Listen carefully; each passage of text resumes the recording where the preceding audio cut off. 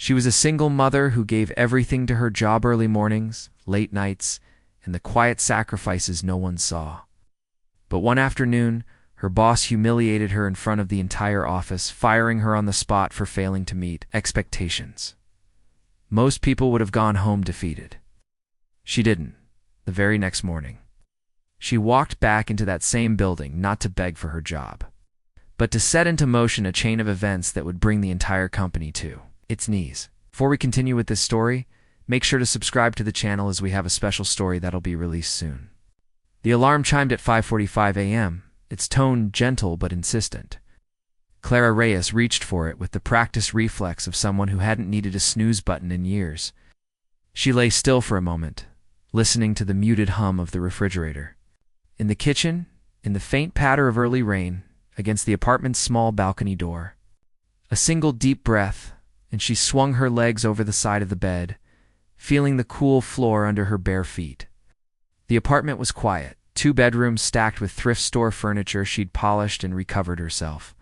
She patted to the kitchen, flicking on the light over the counter.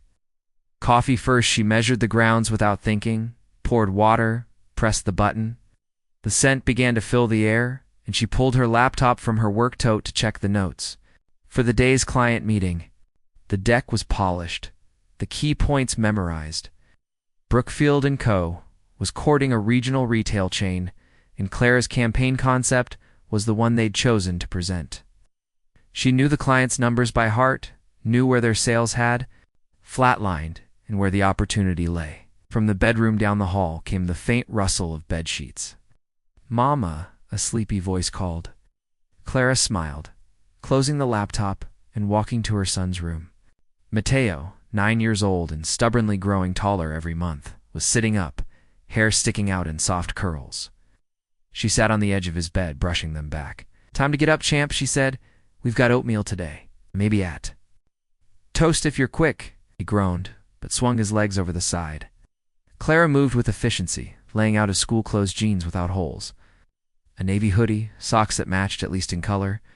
In the kitchen, she set a pot on the stove and poured in oats, adding cinnamon the way Mateo liked. She kept an eye on the clock. The meeting was at 9 a.m., but she needed to be in the office by 8:15 to run through final adjustments with the design team. That left exactly 25 minutes to get Mateo fed, dressed, and out the door.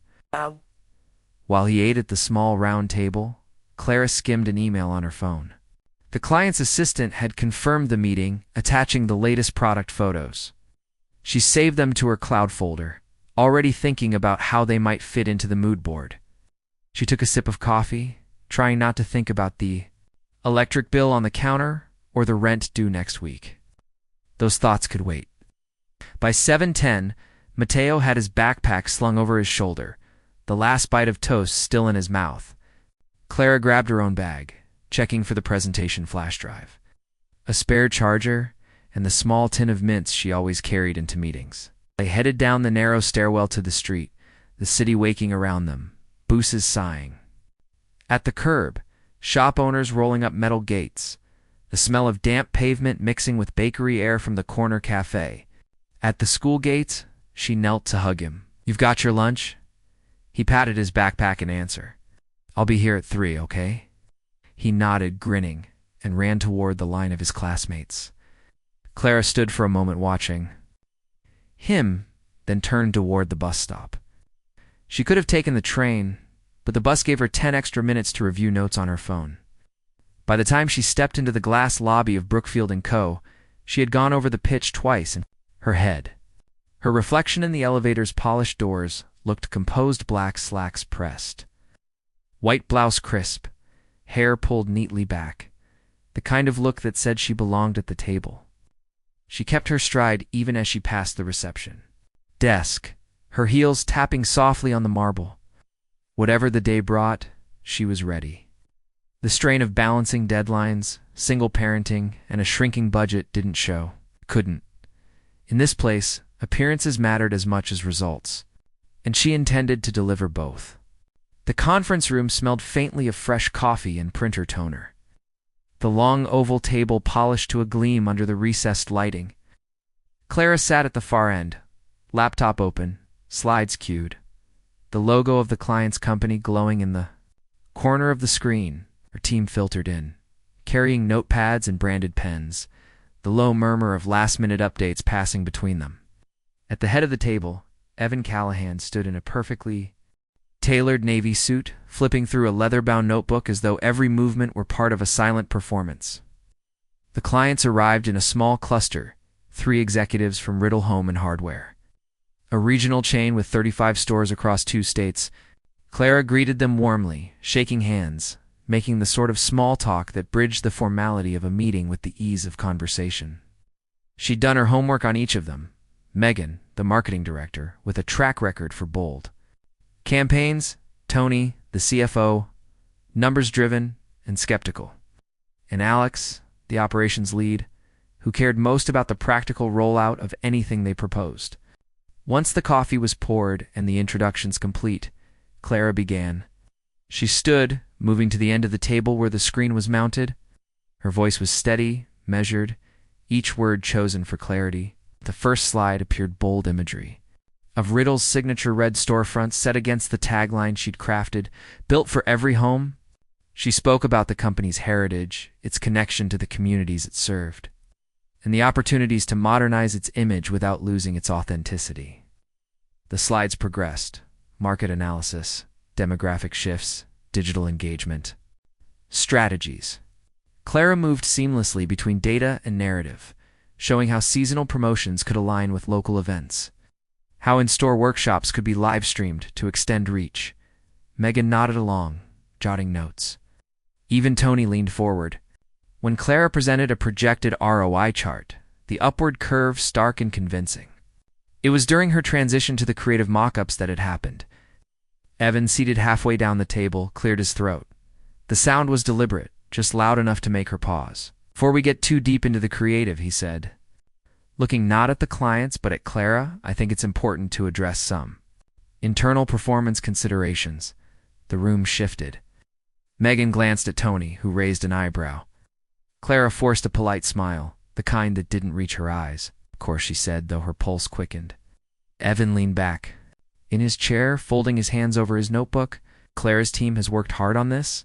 "No question," he began, his tone suggesting there was a question. "But as we've been refining the proposal, there have been some concerns about timelines and consistency in execution." He let the words hang, vague enough to be unchallengeable in the moment, sharp enough to cut through the confidence she had been building. Clara's mind raced. She knew the deadlines had been met, knew the work was solid, her work, in fact, had set the pace for the entire team. But to challenge him here, in front of the client, would be to risk appearing defensive. The retort pressing at the back of her throat. "I can assure you," she said evenly, "every element you'll see today has been vetted and is ready for implementation." Evan gave a tight smile, as though granting her permission to continue. She advanced the slide, revealing the mock-ups. Vibrant ads featuring real customers in their own homes. The Riddle brand woven naturally into each scene. The reaction was immediate. Megan smiled. Alex asked questions about distribution channels. Tony wanted to know about digital spend. Clara answered each with precision, the earlier interruption folded into the background by sheer force of her composure. But beneath the calm surface, she felt the sting. She had seen this tactic before, planting doubt not because of any flaw in the work, but because undermining someone publicly made them easier to control privately. When the meeting concluded and the clients left, shaking hands and promising to follow up, Evan clapped her on the shoulder. "Good job in there," he said with a grin that felt more like a test than a compliment. "We'll talk about the performance piece later." Clara smiled back, the professional mask still firmly in place. But as she gathered her laptop and notes, she caught Megan's eyes lingering on her, an almost imperceptible frown forming before the marketing director turned away. Clara tucked the moment into her memory. This wasn't over, not by a long shot. The low buzz of conversation and keyboard clicks filled the open plan office as the team filtered back in from the conference room. Clara walked to her desk, balancing her laptop and notepad, mind still on the client's engaged expressions and the promising questions they'd asked. She set her things down and was halfway through typing a follow-up email to Megan from Riddle when she heard Evan's voice carry over the room. "Clara, could you join me for a moment?" It wasn't unusual for him to speak loudly, but the tone was different this time, sharp, performative. She looked up to see him standing near the center of the floor, just beyond the low cubicle partitions, his gaze fixed on her. Around him, a few heads turned. Clara felt a ripple of unease in her chest as she rose, smoothing the front of her blouse before walking toward him. When she reached him, he didn't lower his voice or motion toward a private space. Instead, he straightened his posture and spoke clearly enough for every nearby desk to catch each word. After careful consideration, he began, and in light of recent performance reviews, we've decided to terminate your employment, effective immediately. The air seemed to thin around her. She blinked once, certain she'd misheard. "Excuse me?" she said, keeping her voice low, hoping he would too. Evan's expression remained fixed, almost rehearsed. "You failed to meet the expectations required for your position," he continued, his words slicing through the room. "We appreciate your contributions, but it's in the company's best interest to make this change now." Somewhere behind her, a chair squeaked as someone shifted. The clicking of keyboards had stopped. Clara could feel the weight of a dozen pairs of eyes on her back, some curious, some pitying, some quickly looking away to avoid being caught watching.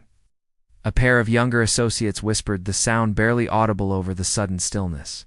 Her first instinct was to demand specifics, to challenge him on the spot. But the setting made it clear this was meant to be a display. Any resistance here would feed whatever narrative he was constructing. She forced her hands to stay at her sides, unclenched, even as her pulse thundered in her ears. "HR will meet you at your desk," Evan said, his tone almost casual now. "They'll walk you through the exit process and collect your badge. You have 15 minutes to gather your personal items." He glanced over his shoulder and gave a slight nod toward the HR coordinator, a young woman named Danielle who stood awkwardly near the break area, clutching a manila folder. "Ah!" Clara turned without a word and walked back to her desk, the murmur of resumed conversations breaking out in her wake. Danielle followed a few paces behind, clearly uncomfortable, eyes darting anywhere but at Clara, at her desk. Clara opened the bottom drawer and began placing her few personal belongings into the canvas tote she kept. Folded there, framed photo of Mateo on his first day of kindergarten, a coffee mug he'd painted with uneven blue stripes, the small potted plant that had survived 3 years of fluorescent office light. Each item felt like a piece of her dismantled, her presence here reduced to things that could be removed in under 15 minutes. Danielle cleared her throat softly. "If you could also hand me your building pass when you're done," she said, her voice tentative. Clara pulled it from the lanyard hanging on her chair and set it on the desk. "There you go," she said, managing a polite tone she didn't feel. She could sense her coworkers' stealing glances, some offering tight smiles of sympathy, others pretending to be absorbed in their screens. By the time she zipped her laptop bag and slung it over her shoulder, the space felt smaller, heavier, were nowhere in sight. His part in the spectacle was complete. Danielle gestured toward the elevator, and Clara followed her footsteps. Measured, refusing to let them rush her out. She kept her chin level, her eyes forward. If Evan had wanted to break her in front of the office, he would leave disappointed. As the elevator doors closed, sealing her off from the hushed whispers, beyond, Clara let out a slow breath. The sting was deep, but so was the quiet resolve forming beneath it. This was not the end, not for her, and not on his terms. Clara moved methodically, folding her sweater and sliding it into her tote, placing her pens into a side pouch, winding her phone charger into a neat coil before tucking it away. Each motion was deliberate, a buffer against the weight of the moment pressing in on her. The hum of the office had not returned to normal, carried an edge now, the muted kind that follows an accident or an argument in a public place. People spoke in lower voices, their eyes carefully averted, though she could feel them flicking in her direction when they thought she wouldn't notice. Evan stood just a few feet away, arms loosely crossed, a smile that wasn't quite a smile resting on his face. You know, Clara, he said in a tone meant to sound conversational, it's never easy when things don't work out, but sometimes a role just isn't the right fit. Maybe this will give you the space to reassess. The pause before the last word lingered, an invitation for her to agree, to somehow absolve him in this moment. She didn't answer, slipping the small framed photo of Mateo into her bag with the same care she'd used when placing it there years ago. He glanced toward her plant, the stubborn little succulent that had sat on her desk through late nights and early mornings. You can take that too, of course, he added. Wouldn't want you to leave anything behind. She heard the faint satisfaction in his voice, the undercurrent of control. Every comment was a reminder that this was his decision, his stage. She tightened her grip on the tote's handles, but kept her expression neutral. Danielle from HR lingered nearby, shifting her weight from foot to foot, clearly wishing she were anywhere else. She glanced at Evan once, as if to silently ask whether her presence was still required. He ignored her, instead, focusing on Clara like an actor holding his final mark. Clara powered down her laptop, slid it into the padded sleeve, and zipped the bag closed. She straightened, taking one last look at the desk now bare, impersonal, stripped of the life she'd built into it over the years. She thought of Mateo's visits on the rare Saturdays she had to work. He'd sat in her chair, spinning slowly while coloring in the corner of her notepad. The thought lodged in her chest, a sharp reminder of the conversation she would have to have with him tonight. Evan broke the silence again. I hope there are no hard feelings, he said. In the same way someone might tell a neighbor not to take offense over a noise complaint. This is business, after all. She met his eyes for the first time since he'd called her out in front of everyone. Of course, she replied, her voice steady. Just business. She didn't give him the satisfaction of more. Toward the elevators, and Clara slipped the tote over her shoulder, lifting the plant in her other hand. Danielle fell into step behind them. The walk across the office floor felt longer than usual, each step magnified by the weight of eyes she refused to meet. She could sense whispers starting up again, hushed but insistent, weaving between the rhythmic clicking of keyboards that were no longer truly busy. At the elevator bank, Evan pressed the call button and stood beside her, his presence heavy. Best of luck, he said finally, just as the doors slid open. I'm sure you'll land on your feet. It was framed as encouragement, but it landed like a challenge. Clara stepped inside without answering, positioning herself so that the plant shielded part of her view of him. Danielle joined her, pressing the lobby button, and the doors began to close. Evan didn't step in, just lingered there in the doorway, watching that faint, not-quite smile still in place. The last thing Clara saw before the doors shut was the open floor behind him. Her former co-workers bent over their desks, some stealing quick glances, others pretending she had already vanished from their world. She took a slow, deliberate breath as the elevator descended, holding it until the floor numbers blurred together. Whatever waited outside these walls, she knew she would have to carry herself through it, for Mateo's sake. Tonight, she would need to be calm, steady, the mother he relied on, not the woman who had just been dismantled in front of an entire office. When the doors opened onto the quiet lobby, she stepped out, her heels tapping against the polished tile. She shifted the tote higher on her shoulder, adjusted the plant in her grip, and walked toward the glass doors without looking back. Small kitchen smelled faintly of garlic and onions, the scent drifting up from the pot of pasta Clara had stirred absent-mindedly while trying to keep her thoughts from unraveling. The single overhead light cast a warm circle across the table, catching on the steam rising from two plates. Mateo sat across from her, elbows on the table, despite her usual reminders, whirling a fork through the noodles before taking a big bite. He was chatting about recess, how his team had finally won the kickball game, how Daniel had tripped but laughed it off, and Clara nodded along, letting his voice fill the silence she wasn't ready to break. She sipped water, the coolness grounding her. The words she needed to say felt heavy, like stones at the base of her throat. She didn't want to see the flicker of worry in his eyes, didn't want to disrupt the easy rhythm of his evening. But it was better to tell him than to have him notice on his own, piecing together the changes that would come. Mateo, she said gently, setting her fork down. He paused mid-story, mouth still full, and raised his eyebrows in that way he did when he sensed something important was coming. She waited until he swallowed before continuing. Something happened today at work. I am not going to be working at Brookfield anymore. He tilted his head, confused. You quit? Her lips pressed into a thin smile. No, mijo. They decided they didn't want me to work there anymore. His forehead wrinkled, but his tone stayed matter-of-fact. Why? You work hard. You're always working. She reached across the table, resting her hand on his. Sometimes, even when you do your best, things don't go the way they should. She tried to keep her voice light, but the truth weighed. Behind it, truth she wouldn't put on his shoulders. For a moment, he was quiet, studying her with the seriousness she'd always found both endearing and bittersweet. Then he shrugged, a small smile tugging at his mouth. It's okay. You'll just find something better. The simplicity of his faith hit her like a warm wave. She squeezed his hand. I hope so. You will, he said, as if it were already decided.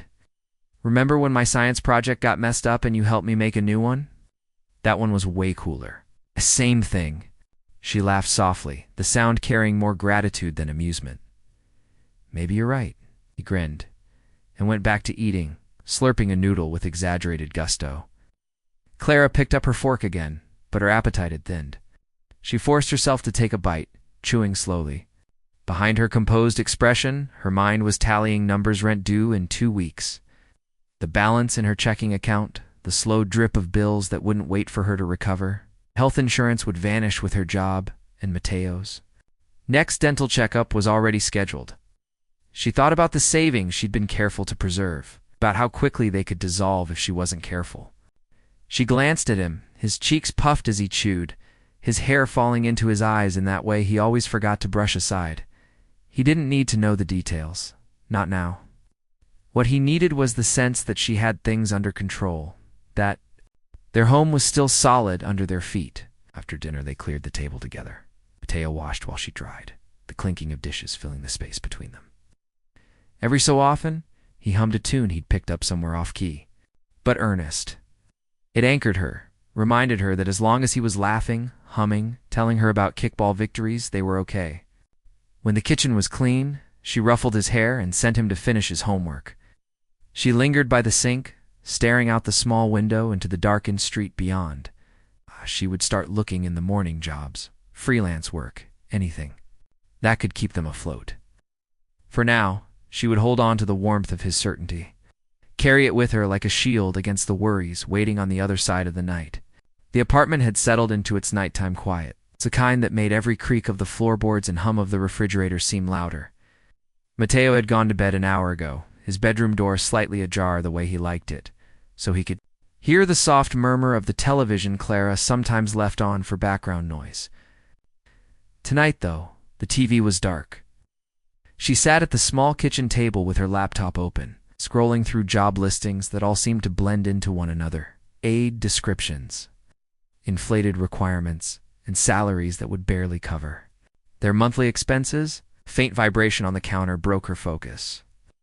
She glanced at her phone, expecting an automated email or a reminder she didn't need.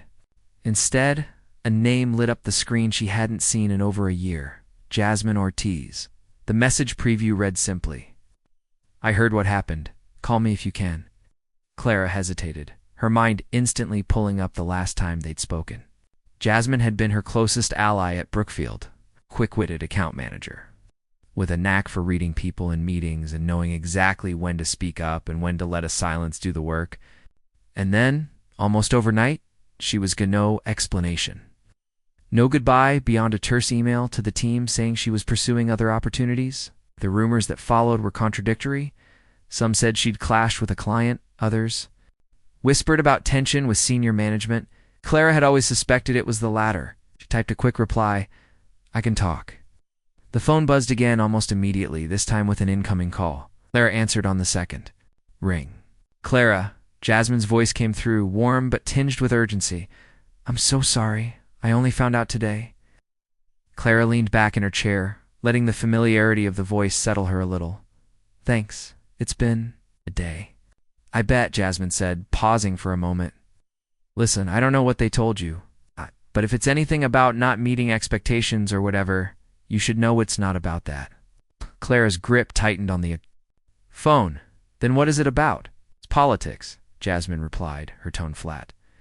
Same as always. You've been there long enough to know how Evan operates. He doesn't like people who make him look small. And today, you made him look small in front of a client without even trying. Clara thought back to the pitch, to the way Megan had been engaged, to the flicker of something unreadable on Evan's face before he interrupted her. So this was... what? Retaliation? Exactly, Jasmine said. I got the same treatment. Different setup, same endgame. When I landed a big account on my own, he decided I was a threat. 3 weeks later, I was restructured out. HR script hasn't changed. Claire rubbed her temple, a mix of anger and resignation knotting in her chest. I should have seen it. Coming, no, Jasmine countered. You were doing your job. It's the problem when you're good at it. When clients trust you more than they trust him, he'll find a way to cut you down. The apartment seemed smaller as they spoke, the air thicker.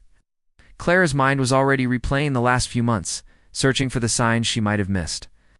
I know you've got a lot to deal with, Jasmine said, her voice softening. But if you ever want to compare notes, I've got plenty. And not just my story, there are others.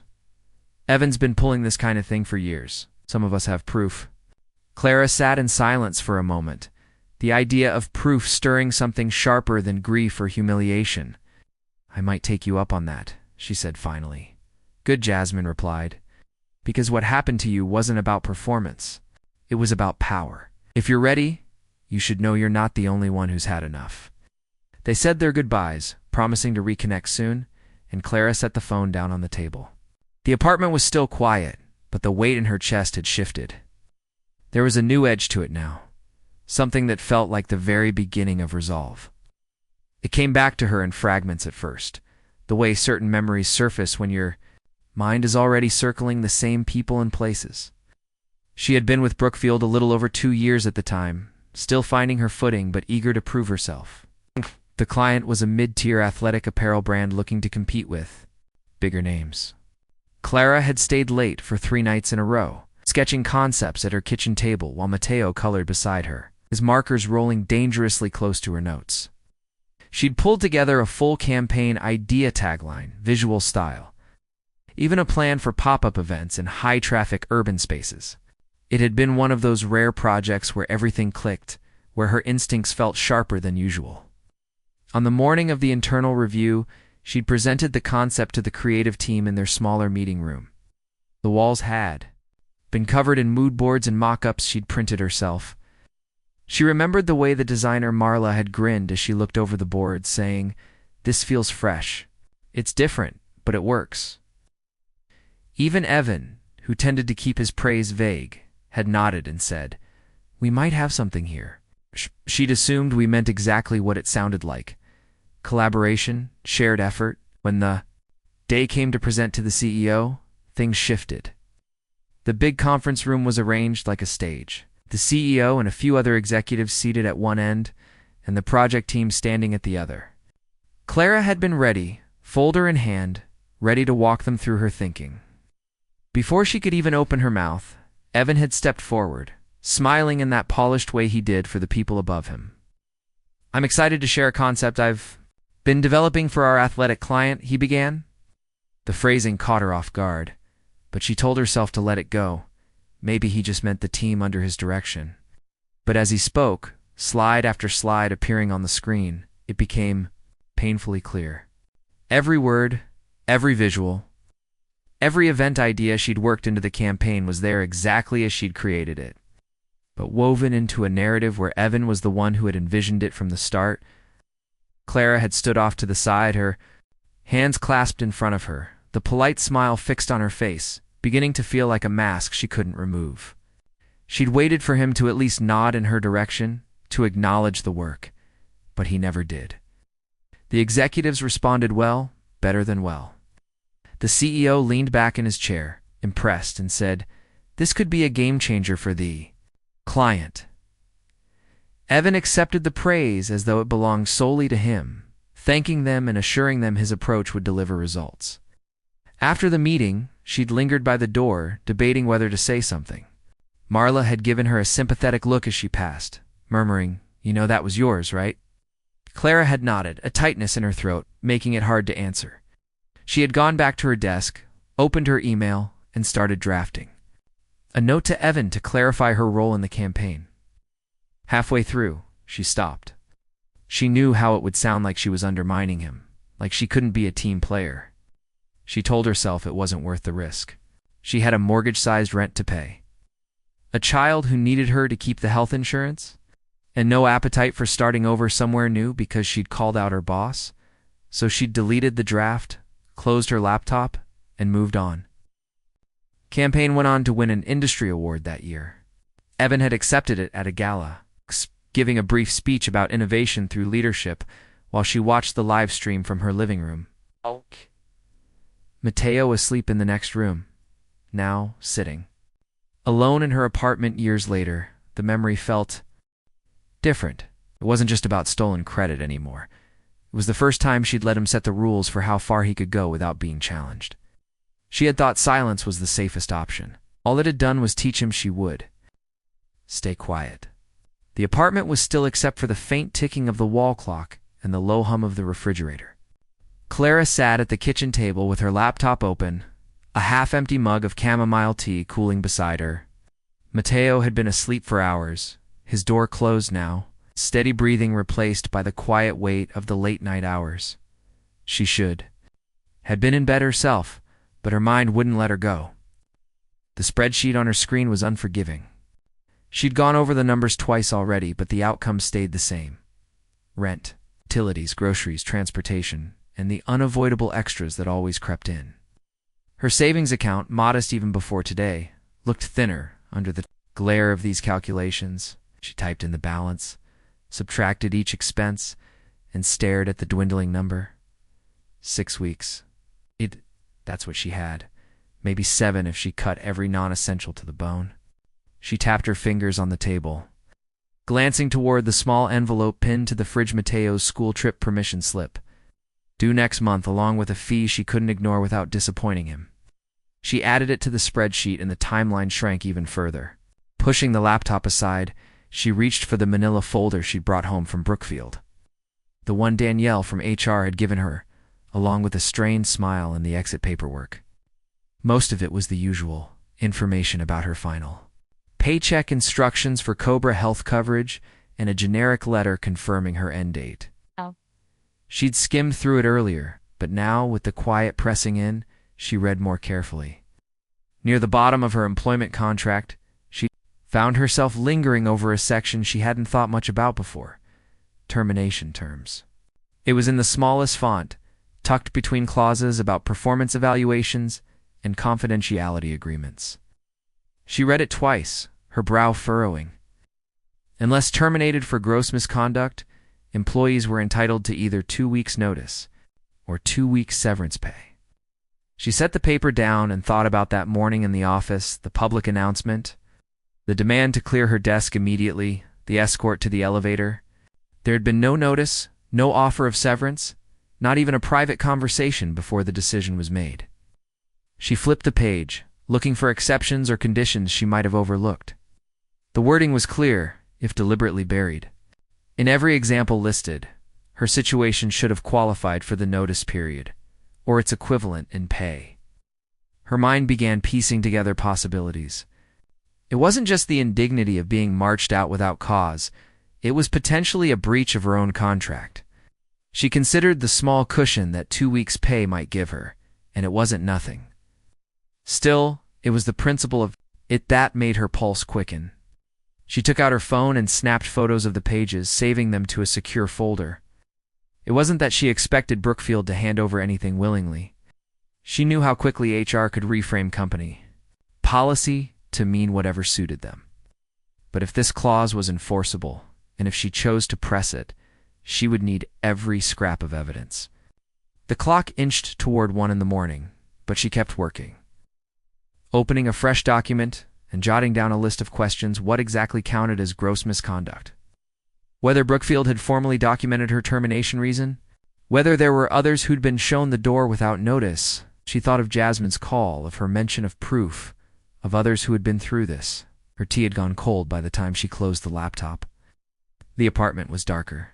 Now, the streetlights, casting a thin glow through the blinds. She sat back in her chair, the exhaustion finally tugging at her. But her mind was still alert, sharper than it had been in days. 6 weeks of savings was the reality. But maybe if she was careful, if she kept her head, she could stretch more than just her money. She could stretch the truth Brookfield had been counting on, that she would simply disappear. The next evening, Clara was halfway through making dinner when her phone buzzed on the counter. She dried her hands on a dish towel and glanced at the screen. A group text had appeared, one she hadn't been part of until now. The names were a mix of familiar and unfamiliar Jasmine at the top, then others she vaguely remembered from office. Holiday parties, or in passing conversations at the coffee machine. Thought you all should meet Clara, Jasmine had written. She's the latest to get the Evan treatment. Replies began to pop up within seconds. Sorry you had to join under these circumstances, one message read. You're not alone, another said, the kind of reassurance that felt both comforting and grim. The conversation quickly turned into a flurry of stories, each one more unsettling than the last. A woman named Priya, who'd worked in accounting, described how Evan had cornered her in the break room to remind her who signed her paychecks when she questioned an expense report that didn't match the receipts. A former creative director named Lauren told of how her ideas had been pitched directly to clients without her name attached, only to be told later that she wasn't ready to present at that level. A man named Greg, who Clara barely remembered, from the IT department, shared that Evan had ordered him to remove email records linking the company to overbilled client invoices, framing it as housekeeping to save server space. Clara sat at the table long after Mateo had gone to bed, scrolling through the messages, her chest tightening with each new account. The pattern was undeniable, different departments, but the same mix of intimidation, erasure, and exploitation. It wasn't just personal vendettas. It was a way of operating. Jasmine messaged her privately a few minutes later. I know it's a lot to take in. When it happened to me, I felt like I was going crazy until I started hearing these stories. Keep track of what you're hearing. Details matter. Clara opened a fresh notebook, the one she usually kept for client brainstorms, and wrote at the top of the page, Brookfield Evan Callahan. Beneath it, she began jotting bullet points, not polished narratives, just facts. Dates where people could remember them, names of clients involved, the nature of each incident. She left space between entries, knowing she might have to fill in gaps later. The more she wrote, the more she realized how much she'd witnessed herself without connecting the dots. There had been those unexplained budget shifts last year, where an event's expenses had doubled on paper, but looked the same in execution. There was the sudden disappearance of a junior designer after she'd complained about being left alone with Evan during late-night prep for a pitch. Back then, Clara had assumed these were isolated events, odd but unrelated. Now they fell neatly into the same frame. When she looked up from the notebook, the apartment was quiet except for the faint hum of the street outside. She felt a strange mix of clarity and unease clarity, because she could see the scope of what she was dealing with. Unease, because naming it made it real. The group chat continued to buzz over the next few days. People shared old emails, screenshots of Slack messages, even scanned copies of invoices they'd saved, just in case. Clara kept adding to her notes, building a timeline that stretched years before her own firing. The entries read like pieces of a puzzle no one had been able to see in full until now. At the third night, she'd filled nearly half the notebook. Her handwriting had grown tighter, more deliberate, the lines between each point sharper. She wasn't just collecting grievances. She was documenting a system. And though she didn't say it out loud, not even to Jasmine, she was starting to. Think about what it might mean to put all of this in front of someone who could actually do something about it. The morning air was crisp, carrying that faint metallic temps the city seemed to have in the early hours, before traffic fully woke it. Clara stepped off the bus a block from Brookfield & Co., her tote bag slung over one shoulder, hands deep in her coat pockets. The building rose ahead of her, glass and steel reflecting the pale sun. looking exactly as it had every workday morning for years, except now she was approaching it as an outsider. There was no ID badge clipped to her coat, no mental run-through of meeting agendas, no reason to walk through those doors except the one she had arranged quietly the night before. She spotted Paul Jensen inside the lobby before she even stepped in. He was leaning slightly against the security desk, his broad frame outlined by the glow from the tall windows. Paul had been a fixture at Brookfield for as long as she'd been there. The kind of security guard who remembered people's birthdays and slipped extra kindness to employees working late. They'd had small conversations in passing about Mateo's soccer games, about his own daughter starting college, but she wouldn't have called him a friend. Still, when she'd texted him the night before, asking if he'd be there in the morning, his reply had been short and sure. "Come. Bye. I've got something for you." The revolving door gave way to the polished marble of the lobby, her footsteps echoing lightly in the space. Paul looked up, offering a half-smile that was warm but edged with caution. "Morning, Clara," he said, keeping his voice low. "Hi, Paul," she replied, stepping closer to the desk. "Thanks for this." He reached under the counter and came up with a small object wrapped in a folded napkin. "Found it when I was checking over your old workstation the night you left," he said. "It must have fallen behind the monitor stand. Didn't seem like something the cleaning crew should be tossing into Lost and Found." Clara took the bundle, unfolding the napkin to reveal a slim silver USB drive, familiar from the faint scuff near the cap. She felt a flicker of recognition and then the memory hit fully. This was the drive she'd used to back up her work, not just for current projects, but going back years. Presentations, pitch decks, drafts of campaign copy, raw creative files. She'd kept it as a personal archive, a habit born from watching projects vanish into the company's server where credit could be rewritten. Her fingers closed around it. Instinctively, "Thought I'd lost this months ago," she murmured. Paul shrugged, but there was something deliberate in his gaze. Didn't think it belonged to them, if you know what I mean. She slipped it into the inner pocket of her tote, feeling the weight of it against the fabric. It was small, easily overlooked, but she knew what was on it could matter. Years of documented work, with creation dates, file histories, and the kind of metadata that could quietly settle arguments about who had done what. "Thanks for holding on to it," she said. "No problem," Paul replied, then leaned in slightly. "You didn't hear this from me, but word is, Evan's been nervous since you left. Keeps asking IT about file access logs." Clara's mind caught on the detail, filing it away. "I haven't touched anything," she said, which was true enough. Paul gave a subtle nod, like he understood she wasn't asking for reassurance. "Take care of yourself, Clara. This place." He glanced toward the elevators, where a pair of employees stepped out, mid-conversation. "It's not worth the wear it puts on you." She thanked him again and stepped back toward the door, careful not to linger. Outside, the city felt different than it had when she'd arrived, as though the air itself had shifted. She walked a few blocks before pulling the USB from her bag, turning it over in her hand. She hadn't plugged it in yet, but she already knew it was more than just a collection of old files. It was a timeline, a ledger of her contributions. And maybe if things went the way they seemed to be going, a shield. As she slipped it back into her bag and headed toward the subway, she realized she wasn't just carrying pieces of her past work. She was carrying proof, and proof had a way of changing everything.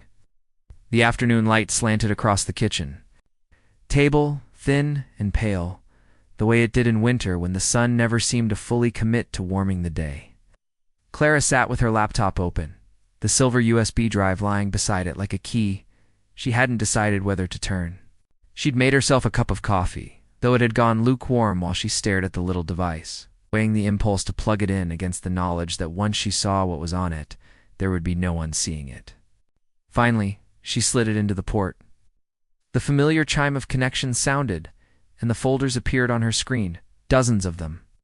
Their names a mix of client accounts, project dates, and the shorthand she'd always used to keep things organized. At first, she clicked through with the casual curiosity of someone revisiting old work. There were campaign drafts from her first months at Brookfield, raw photography files from product shoots, presentation decks that had taken weeks to perfect. She scrolled through, half smiling at the memories, until she reached a folder that didn't belong. It was labeled E_Callahan in plain text, tucked deep in a chain of subfolders. She didn't remember creating it. When she opened it, her pulse picked up. Inside were spreadsheets, expense reports, invoices, and billing summaries. She clicked one at random, and the numbers stared back at her in neat, deceptive rows. The client name at the top was familiar, but the hours billed were double what she remembered from the actual project. There were consultation fees listed. Under Evan's name for meetings, she knew had never taken place. Each one padded with just enough plausible detail to slide past a distracted reviewer. She opened another file and found something worse. Charges for vendor work that had been approved and paid for by the client, but, according to her memory, had never been delivered. The notes in the margin attributed the delay to client indecision, a phrase she'd seen Evan use before when trying to shift blame. The deeper she went, the more unsettling it became. She found a trail of concept development fees attached to work she recognized, instantly not from Brookfield's internal teams, but from independent freelancers she'd met at networking events. She remembered a young illustrator who had once told her, over coffee, that he'd sent in preliminary sketches for a pitch and never heard back. Now here were those same sketches, rebranded. Under Brookfield's name, the freelancer's credit nowhere to be found, the payment status marked as pending for months. Clara sat back, the weight of it settling into her chest. This wasn't just a handful of bad entries, it was systematic. It was a playbook. Every file she opened seemed to reveal another layer. Small discrepancies that might be brushed off individually, but together painted a picture of deliberate exploitation and fraud. She reached for her coffee, took a sip, and grimaced at the cold bitterness. Her hands itched to start copying everything, but she knew better than to rush. She began creating a mirror folder on her own drive, labeling it with neutral names that wouldn't draw attention if anyone ever saw them. One by one, she dragged the files over, watching the progress bar inch forward. Halfway through, she paused on a document marked Q for summary. This one wasn't just numbers, it was a report Evan had prepared for the board, full of inflated revenue claims and selective highlights. In the notes section, she found a paragraph about a client relationship she had managed personally, rewritten, to credit him entirely, complete with fabricated quotes about his visionary leadership. Her stomach twisted, but her mind was clear in a way it hadn't been in days. This was no longer about her termination, or even about the insult of losing credit for her work. This was about a pattern of behavior that went beyond office politics and into criminal territory. She kept copying, each file sliding into her own carefully labeled archive until she had everything. When the last progress bar disappeared, she ejected the drive and set it aside. The kitchen was quiet, the only sound, the low hum of the refrigerator, and the distant rush of a bus passing on the street outside. Clara closed her laptop and sat for a long moment, the weight of the evidence sitting heavier than the drive itself. She knew she had just crossed a line, one that could lead to trouble if she wasn't careful, but also one that could finally bring the truth to light. Clara sat at the kitchen table long after the sun had gone down, the lamplight pooling over her laptop and the small silver drive beside it. The files she'd copied were still fresh in her mind, numbers too perfect to be honest. Invoices attached to work that never existed, concepts stripped from the people who had created them.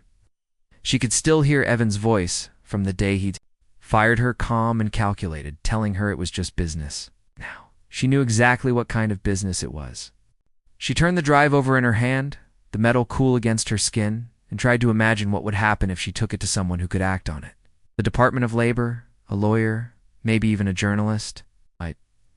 It was easy to picture the fallout: Brookfield under investigation, Evan squirming in an interrogation room, the people he'd wronged finally vindicated. But alongside that vision came another: lawyers in expensive suits dismantling her credibility piece by piece, painting her as a bitter ex-employee out for revenge, threatening to drain her savings in endless legal maneuvers until she backed down. The risk was real. Brookfield wasn't just a company, it was a network of connections, favors, and influence. People like Evan didn't operate alone. They had allies in high places, people who owed them, and people they could pressure. If she stepped into that fight without preparation, she could lose everything she had left. She glanced toward the hallway. Where Mateo's bedroom door was closed, a sliver of light from his desk lamp slipping out into the dark. He was probably still reading even though bedtime had passed, curled up with a library book. The thought of him grounded her, but it also twisted the knot in her stomach tighter. If she pushed forward and things went badly, it wouldn't just be her bearing the consequences. Rent, food, his school, their insurance, everything depended on her being able to provide. Yet the alternative felt unbearable, she pictured. The freelancer's unpaid sketches, the vendor's double billed without their knowledge, the quiet way people had been pushed out when they became inconvenient. If she walked away now, Evan would keep doing exactly what he'd always done. He'd smile for the right people, manipulate the numbers, and continue building his career on the backs of those he'd undercut or erased. She knew too well what that felt like, how it stripped away not just your job, but your belief that the work you did could matter. Her phone buzzed on the table. A message from Jasmine. Hope you're holding up. Remember, you're not alone. In this, Clara read it twice before setting the phone down again. Jasmine had walked this road before, and she still carried the scars. But she was still willing to speak, to share what she knew. That counted for something. Clara reached for her tea, finding it cold again, untouched for hours. She wrapped her hands around the mug anyway, staring into the shadowed corners of the room. She had always been careful, measured in what she said, deliberate in how she acted. It was why she'd kept her head down when Evan had taken credit for her campaign years ago. It was why she'd walked out quietly when he'd fired her in front of everyone. But this was different. Staying quiet now wouldn't just be protecting herself. It would be protecting him. She thought about the 6 weeks of savings left in her account, about the slim chance of finding a job fast enough to keep them afloat without dipping into what little security she had. The practical voice in her head told her to focus on survival, to put the drive away and forget about it. But another voice, quieter, steadier, reminded her that surviving wasn't the same as living with herself. When she finally rose from the table, the decision wasn't fully formed, but it was leaning in one direction. If she was going to do this, she would need to be smart, methodical. She would need allies. And she would need to be ready for the fight of her life. The thought was terrifying, but for the first time since she'd been forced out of that building, she felt something else alongside the fear resolve, waiting for its moment. The following morning, Clara sat at her desk in the corner of the living room, the silver USB drive placed squarely beside her laptop like a silent dare. Mateo had already left for school, his cereal bowl rinsed and stacked in the sink, his shoes neatly lined up by the door. The apartment was quiet, the kind of quiet that made it hard to avoid the things she'd been putting off. She had spent most of the night turning over the same thoughts, weighing the risk and the responsibility, trying to picture a version of herself that could live with either choice. By the time the sun began filtering through the blinds, she had decided to make the first move not a public one, not yet, but a step toward knowing what she was up against. She opened her browser and searched for legal aid groups in the city, specifically those that handled workplace rights and whistleblower protections. Dozens of results came up, but she scanned past the corporate law firms and the flashy, "we win or you don't pay" ads. She wanted someone who worked for the principle of the thing, not just for a percentage of a settlement. Eventually, she landed on the website of a nonprofit organization that described itself as advocates for fairness in the workplace. With a track record of assisting employees who had faced retaliation for speaking up, her fingers hovered over the phone. Number 4. A long moment. She'd called lawyers before her divorce years ago, but this felt different. This wasn't about ending something personal. It was about starting something that could ripple far beyond her own life. Finally, she dialed. A woman answered. After the second ring, her tone brisk, but not unfriendly. Workplace Rights Legal Center. This is Andrea. Clara introduced herself, explaining that she'd recently been terminated and had questions about possible violations. Andrea asked a few clarifying questions, her voice steady, as though she'd heard 100 stories like this, but still knew. Each one carried its own weight. When Clara mentioned the evidence she had, files, invoices, and expense reports, Andrea's tone sharpened with interest. "Would you be able to send us a secure copy of those documents?" she asked. "From what you're describing, this could be more than just a wrongful termination. It could fall under fraud, potentially even criminal investigation territory." Clara felt her stomach tighten. Hearing someone else say it out loud made it more real. "If I send it," she asked carefully, "what happens next?" Andrea explained the process. A confidential review by their legal team, followed by an assessment of whether to refer the matter to regulatory agencies. If the evidence supported it, they could connect her with whistleblower protections that would shield her from certain forms of retaliation. But she didn't sugarcoat it. There would still be risks, especially if Brookfield decided to fight. Clara took a deep breath, looking at the small drive again. "I'll send it," she said. Andrea gave her instructions for uploading the files through an encrypted portal. After they ended the call, Clara plugged the drive into her laptop, opened the folders, and began selecting the most damning documents. The overbilled hours, the duplicated vendor charges, the rebranded freelance work. She kept her movements steady, resisting the urge to skim each file again, because she already knew what they contained. When the upload was complete, she sat back and stared at the confirmation message on her screen. She felt a flicker of something.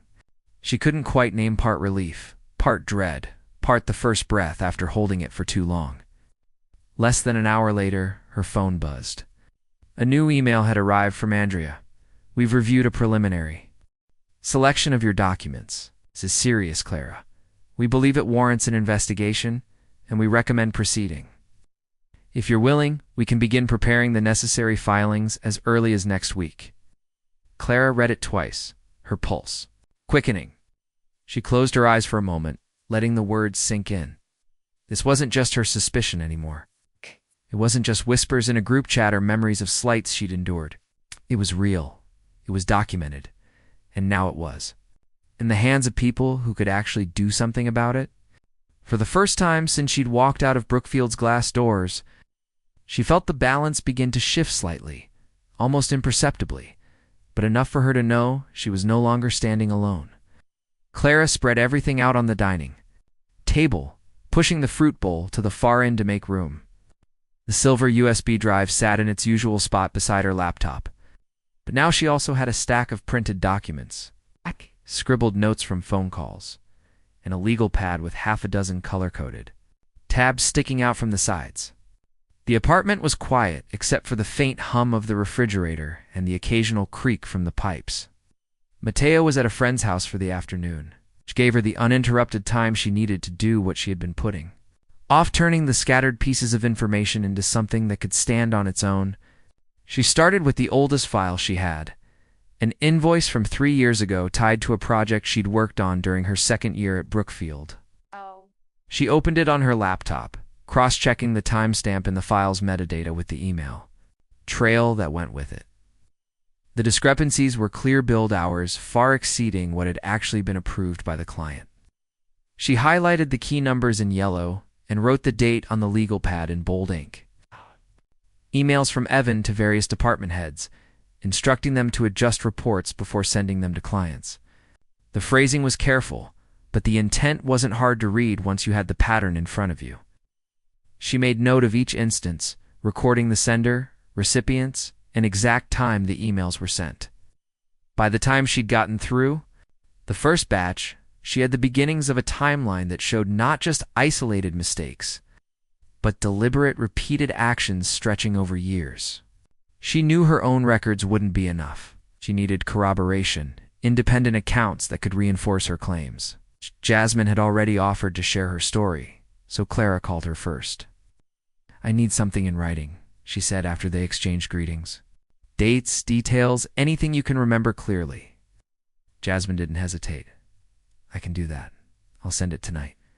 By the end of the call, Clara had an email in her inbox with a draft statement. It described how Jasmine had been pressured to retroactively alter expense reports and remove references to certain vendors who hadn't been paid, She had even kept screenshots from the company's internal messaging system, showing Evan giving those instructions. Clara read through it twice, then filed it in a folder labeled Witness Statements. Next, she reached out to Priya, the former accounting staffer from the group chat. Priya's voice was steadier than Clara expected, almost clinical as she recounted her experiences. She remembered specific days when Evan had hovered over her shoulder while she processed payments, insisting certain charges be filed under miscellaneous consulting instead of their actual category. Priya agreed to type it all out, attaching copies of the expense forms she'd kept as backups. The third call was to Greg, the ex-IT employee. He had been quieter in the group chat, but when she explained what she was doing, he opened up. He described being told to delete archived emails between Evan and a particular client, claiming it was to free up server space. "I made a backup before I did it," he admitted. "Figured I might need it one day." His statement arrived that same evening, along with a zipped file of those emails. By the time the sun had dipped low and the streetlights outside had flickered on, Clara's table was covered in neatly stacked piles. Each one corresponded to a point on the growing timeline in her notebook. 3 years of questionable invoices, 2 years of emails showing altered reports, vendor payments withheld for months without explanation, deleted communications that conveniently removed any trace of certain discussions. She sat back in her chair, rubbing her eyes. It was exhausting work, not just in the sorting and cataloging, but in revisiting each moment and remembering how normal it had seemed at the time, alone each event might have been brushed aside. Together, they told a story that was hard to ignore. When she finally closed her laptop for the night, the timeline was complete enough to hand over. It was precise, dated, and supported by voices other than her own.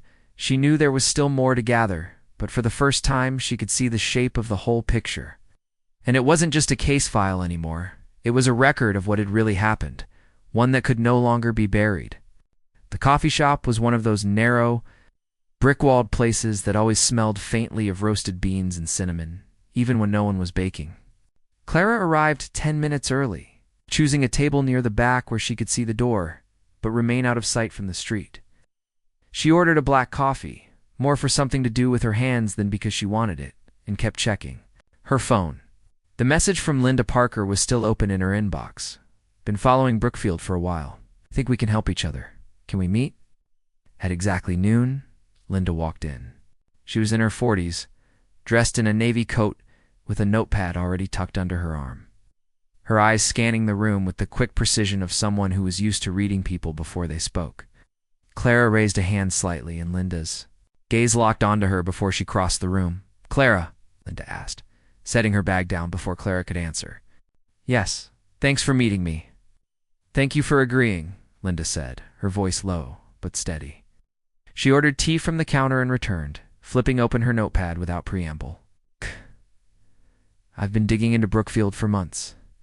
Not just Evan Callahan, though his name comes up a lot, but the company's entire pattern of behavior. Inflated contracts, unpaid vendors, employees pushed out after raising concerns. What you have could be the missing link." Clara glanced around the cafe. No one seemed to be paying attention, but she still kept her voice low. "I can't make this public yet. I've already given some of my files to a legal aid group. They're preparing an investigation, but until that's secure, I need to stay anonymous." Linda nodded, jotting something down. "That's fine. Can attribute you as a confidential source. Your name won't appear in print unless you give me explicit permission. But I need to know exactly what you have." Clara reached into her tote bag and pulled out a smaller folder she'd prepared that morning. Select pieces of evidence that showed enough to establish a pattern without revealing every detail. She slid it across the table. Linda opened it carefully, scanning the first few pages, her expression tightening as she read. "It's these expense reports." Linda tapped a finger against one page. "I've seen this vendor name before. They're tied to a case I covered 2 years ago. Different company, similar scheme, and these freelance contracts. This is blatant intellectual property theft." Clara felt a flicker of relief. "So it's not just me seeing it." "Oh, it's not just you," Linda said. "It's a lot of people, but most of them don't have the documentation to prove it. What you've brought could be enough too. Get others to step forward. They spent the next hour going through the folder, page by page. Clara explained the context behind each document, the names in the email chains, the projects tied to the overbilling. Linda's pen moved quickly, filling line after line in her notepad. Occasionally she would pause to ask for a date or clarify a sequence of events, making sure she could connect each point to something verifiable. When they finished, Linda closed the folder and slid it back across the table. I'll keep my copy digital, encrypted. The hard copies stay with you for. Now, I'll start cross-referencing these with what I've gathered from other sources. If the threads match, this could go far beyond one department head abusing his power. It could be systemic. Clara took a slow sip of her coffee, now cold, and set the cup down carefully. If you publish and my name gets out before the legal case is ready, it could ruin everything.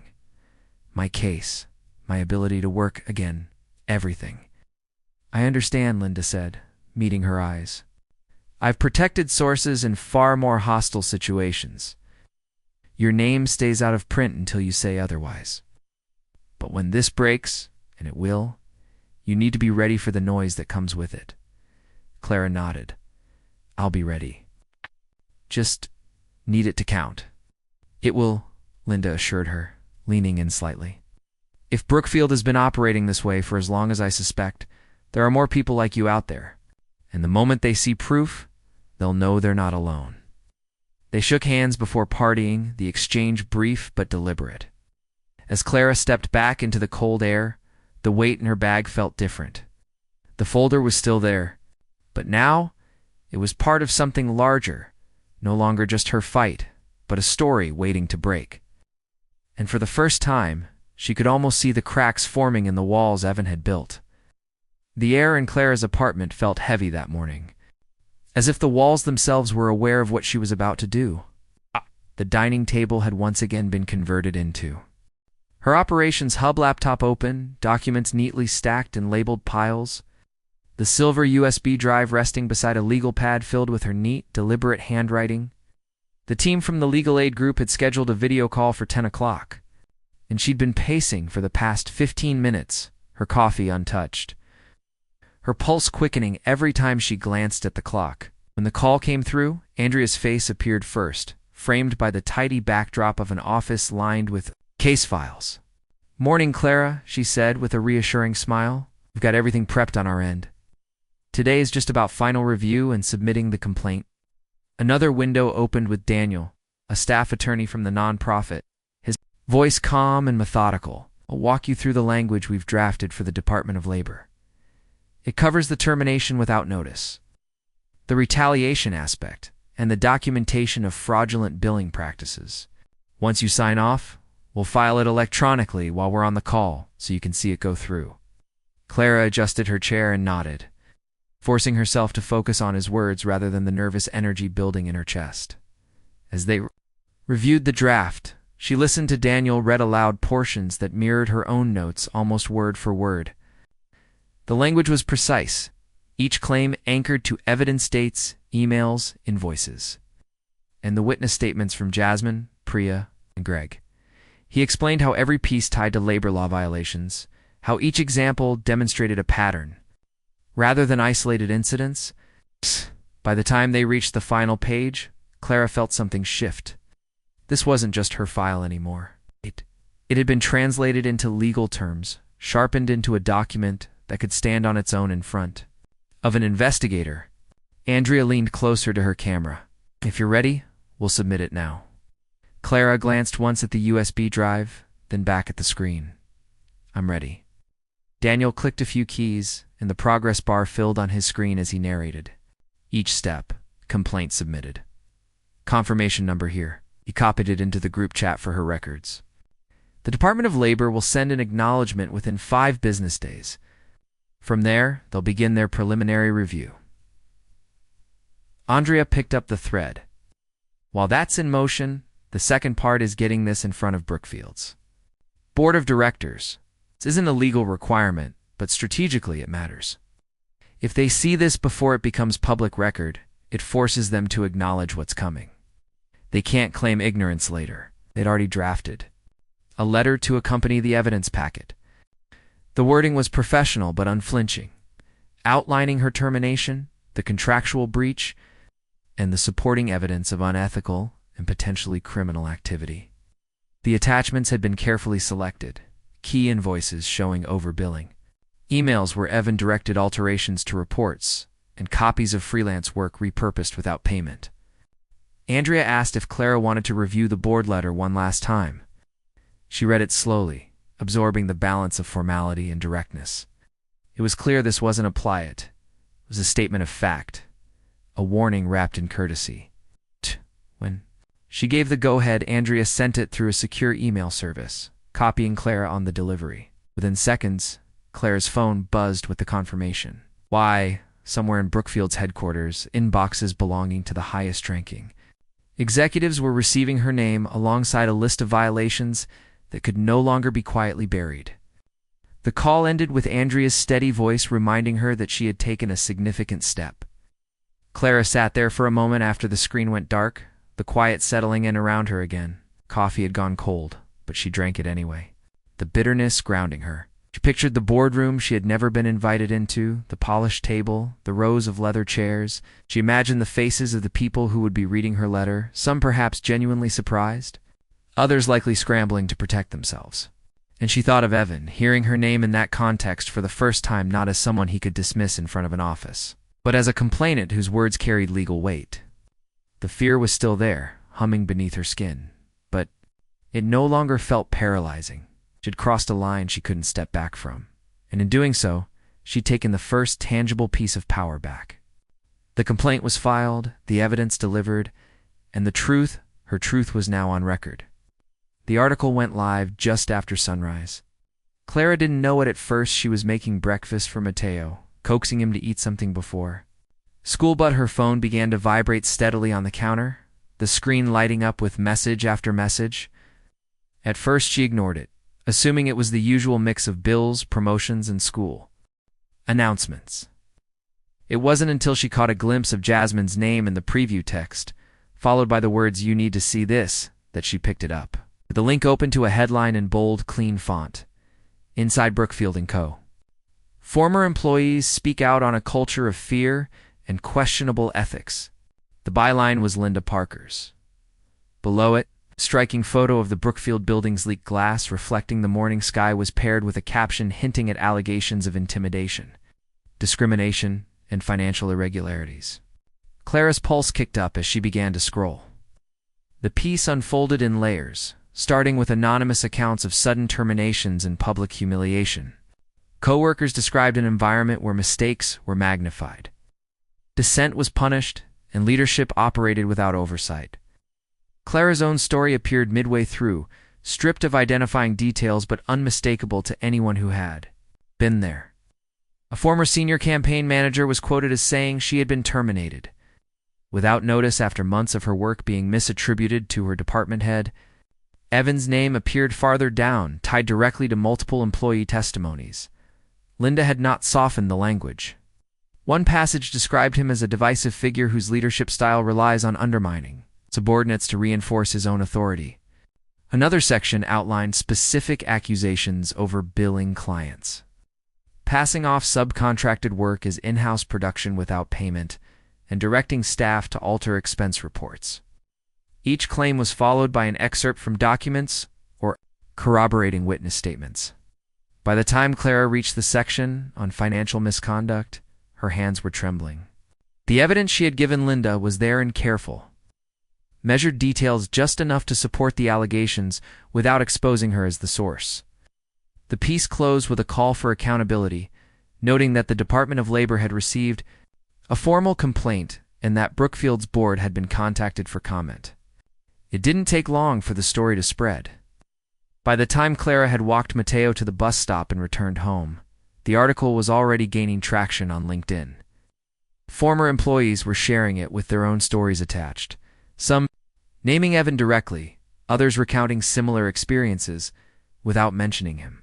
The comment sections were full of shock, anger, and a sense of vindication from people who had clearly been waiting for this moment. On Twitter, the tone was sharper. Screenshots of key paragraphs circulated alongside hashtags calling for corporate accountability. A few industry figures retweeted Linda's post with their own brief statements, some expressing disbelief, others pointing out that these patterns were far too common in mid-sized firms chasing big clients. Clara kept scrolling, watching the story take on a life of its own. She saw names she recognized, people she hadn't spoken to in years, resurfacing to add their voices. Each new post made it harder for Brookfield to contain the fallout. Late morning, the first signs of corporate damage control appeared. Brookfield's LinkedIn page issued a vague statement about valuing integrity and reviewing the claims internally. Yvonne's profile, once full of self-congratulatory posts, went silent. Clara could almost imagine him in his office pacing as he tried to figure out who had spoken, his confidence shaken by the sudden shift in narrative. Her phone buzzed again this time. It was Andrea from Legal Aid. "The exposure helps," her message read. "It applies public pressure while the formal investigation moves forward. Just remember, don't engage online. Let the process work." Clara nodded to herself, setting the phone face down on the table. She poured another cup of coffee, staring out the kitchen window as the hum of traffic drifted up from the street. For months, everything about Brookfield had felt like a closed door she was pounding on alone. That door was splintering, and the sound was coming from dozens of hands, not just hers. It was no longer a question of whether people believed her. The story was out there, and it wasn't going back in. The news came quietly at first, not as a public announcement, but as a screenshot forwarded to Clara from Jasmine. The image was of an internal memo sent to all Brookfield employees, formal in tone, stamped with the company's logo, and addressed from the office of the board chair. It stated that Evan Callahan had been placed on administrative leave pending the outcome of an internal and external investigation into recent allegations.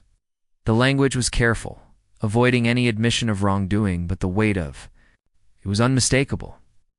Clara read the memo twice, her eyes tracing the phrases board's commitment to ethical standards and temporary reassignment of responsibilities to interim leadership.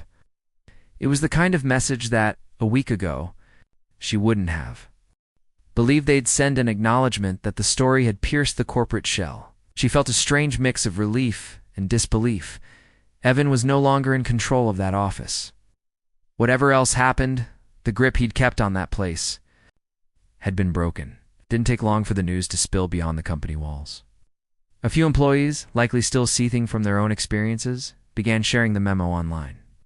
By midday, LinkedIn feeds and Twitter timelines were full of posts speculating about who would take over and what the investigation might reveal. Clara kept her distance from it publicly, but she couldn't resist watching the tide shift. Then came the second wave. An anonymous email account began circulating excerpts from internal communications mails that looked uncomfortably familiar to Clara. The formatting, timestamps, even the clipped, self-assured tone were exactly as she remembered from working under Evan. In one thread, he directed a project manager to adjust hours on a billing report to better align with client expectations, despite those hours never having been worked. In another, he dismissed a junior designer's request for credit on a campaign, telling them, "You're part of a team." Individual recognition isn't the point. Clara recognized more than one document as something she had saved to her drive. Whoever was leaking them had either found the same evidence or had access to the same archive she once managed. Each new leak validated what she had turned over to Linda and the legal aid team. It wasn't just her word anymore. The company's own communications were backing her up in black and white. By late afternoon, the press had caught wind of the leaks. A few smaller business news sites ran quick write-ups, citing internal documents reviewed by reporters that suggested a pattern of inflated billing and suppression of employee credit. Linda sent Clara a short text. "The walls are closing in on him." Clara sat back in her chair, letting the reality settle. For months, her memories of Brookfield had been defined by moments where she felt powerless standing in front of a client while being interrupted mid-sentence. Packing her desk under HR's watchful eye, walking to the elevator with Evan's voice hovering over her shoulder. Now, those moments were colliding with something entirely different. The knowledge that he was being held in check. Not by her alone, but by a web of evidence too tangled for him to cut through. The board's statement had mentioned both internal and external reviews.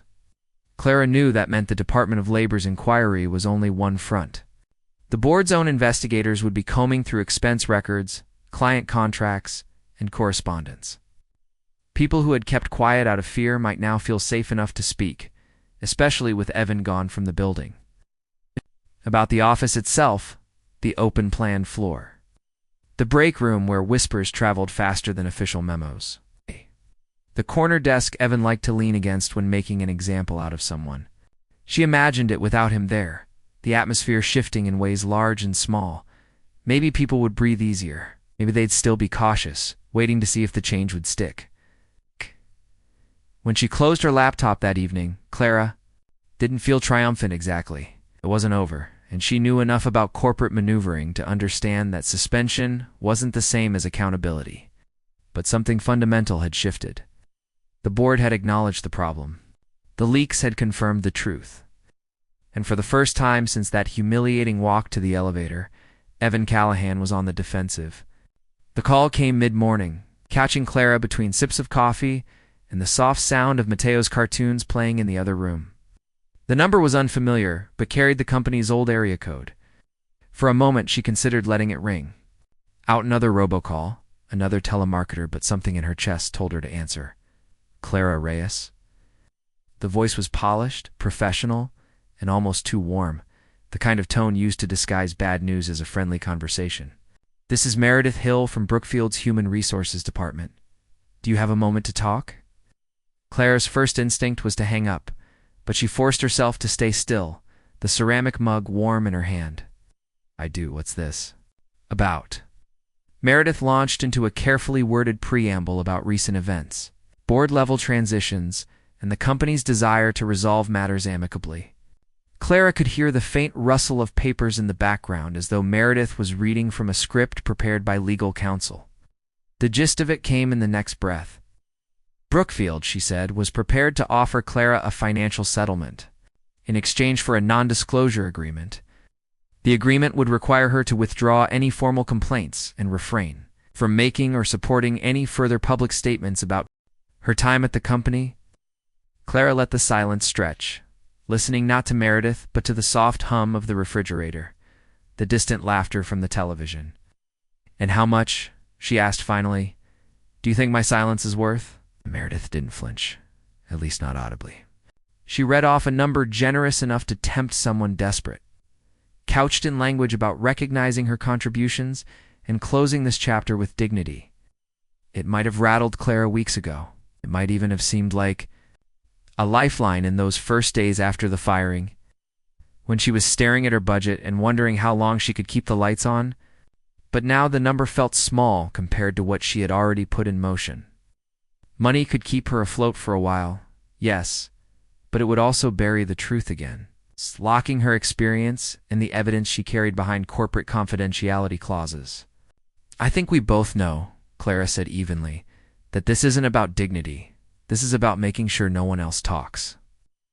Meredith shifted gears, the tone becoming softer, more personal. She reminded Clara that investigations could be lengthy, that public attention fades quickly, that legal processes were unpredictable. She painted the settlement as a way to guarantee stability for Clara and her son. Clara closed her eyes for a moment.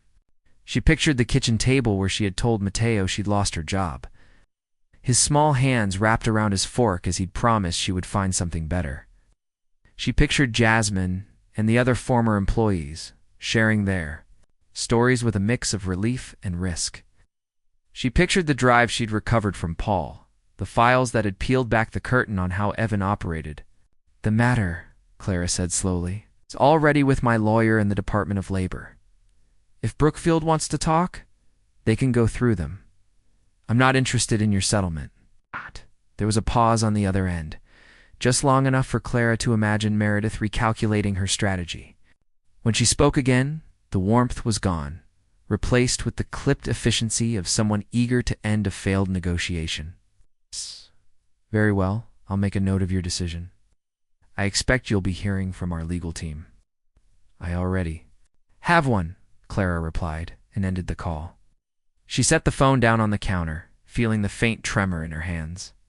Not from fear exactly, but from the weight of what had just happened. They wanted her quiet because they knew she wasn't alone anymore.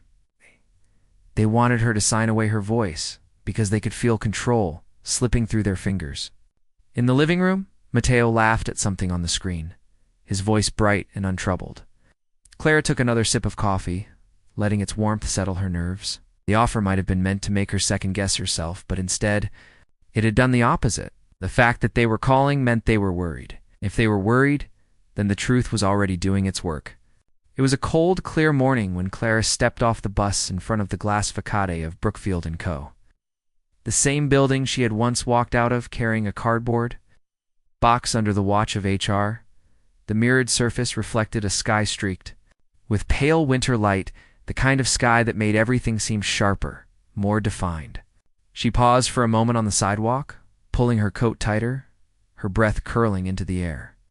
The building looked the same, but everything about why she was here had changed. Inside, the lobby was quiet except for the soft hum of the heating system and the low murmur of voices from the reception desk. The same security guard, Paul Jensen, sat behind the counter, his face lighting up when he recognized her. "Well, look who's back," he said with a grin, standing to greet her. "And not for the reasons I was afraid of last time." Clara smiled, shaking his hand firmly. "It's good to see you, Paul." This time, there was no need for whispered exchanges over forgotten drives or hushed goodbyes. She was here openly, invited, and with the board's full endorsement. The elevator ride up felt different, too. Before, she had ridden it with Evan's voice in her ear, the weight of humiliation pressing down with every floor. How she stood. Alone, her reflection in the brushed metal doors calm, composed, and steady. When the doors opened to the main floor, the familiar hum of keyboards and low conversation filled the air. Heads began to turn, but instead of the awkward averted glances she remembered, faces broke into smiles. "Clara?" One of the junior designers hurried over, eyes bright. "We heard you were coming in, but I didn't believe it until now." Others joined in handshakes, quiet words of welcome, even a few hugs. The tension that had once clung to the room like static was gone, replaced by something lighter. Her role was clear. The board had brought her in as an external consultant to oversee a cultural and compliance overhaul, new protocols for ethical practices, transparent reporting systems, and safeguards against the very abuses Evan had used to maintain his grip. The irony wasn't lost on her. The man who had made her pack her things in front of everyone had been replaced by the person he tried to silence. She walked the length of the floor, stopping here and there to greet people, to ask how they were adjusting. When she reached the corner where Evan's office had been, she found the door open and the space inside stripped bare. No sleek furniture, no air of untouchable authority, just an empty desk and the faint echo of footsteps on the hardwood. A temporary sign taped to the glass read, "Vacant, under assignment." For a moment she stood there, remembering the way Evan used to occupy the space leaning back in his chair during meetings, cutting people off mid-sentence, speaking as though everyone in the room existed to serve his agenda. Now it was just a room, nothing more. She stepped past without going in. The day unfolded in a steady rhythm. Meetings with department heads, walkthroughs of existing processes. Quiet one conversations with employees who still carried some of the old wariness. Clara listened more than she spoke, taking notes on what needed repair and what was already moving in the right direction. There were moments of laughter, shared over small victories, and moments of quiet, as people described the pressure they had worked under. By late afternoon, she found herself back in the break room, pouring a cup of coffee while a few staff members chatted nearby. Someone asked how it felt to be back. Clara considered the question, watching the steam rise from her mug. "It feels," she said finally, "like we're building something better this time." As she left for the day, the lobby lights casting long shadows across the polished floor, Clara felt the difference in her stride. The building hadn't changed much, but the dynamic inside had shifted entirely. Evan's office was empty. The staff were engaged, and the work ahead was challenging but necessary. She stepped out into the crisp evening air, knowing she wasn't here to reclaim the past, She was here to help shape the future. The weeks that followed settled into a rhythm Clara hadn't imagined for herself months earlier. Her calendar filled with back-to-back meetings, but they weren't the suffocating kind she had once endured. These were purposeful, deliberate, and often personal. She made it a point to spend time with people at every level of the company, not just department heads and managers, but interns, assistants, and part-time staff. She asked questions no one had ever bothered to ask them. What obstacles they faced, what they needed to do their jobs well, what they wished leadership understood. She began carving out hours each week for a mentorship program, something she had quietly proposed in her first meeting with the board. They had agreed almost instantly, eager to show that the company was turning a page. Clara started with a small group for women from different departments, each at a different stage in her career, all juggling more than their job descriptions ever acknowledged. Some were caring for aging parents, some raising small children, some just trying to pay rent while building a future. Clara listened to their stories and saw pieces of herself in each one. She gave them practical advice how to negotiate for better pay, how to document work without alienating colleagues, how to set boundaries without fear of retaliation. But more than that, she gave them a space where their struggles weren't brushed aside as personal issues to be handled outside office hours.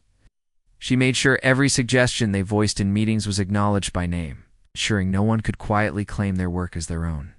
The changes weren't instant, but they were visible. Managers began adjusting project timelines to account for employees' real workloads. HR implemented new reporting channels for misconduct, ones that bypassed direct supervisors. Clara pushed for parental leave policies that didn't force employees to choose between a paycheck and their family's well-being.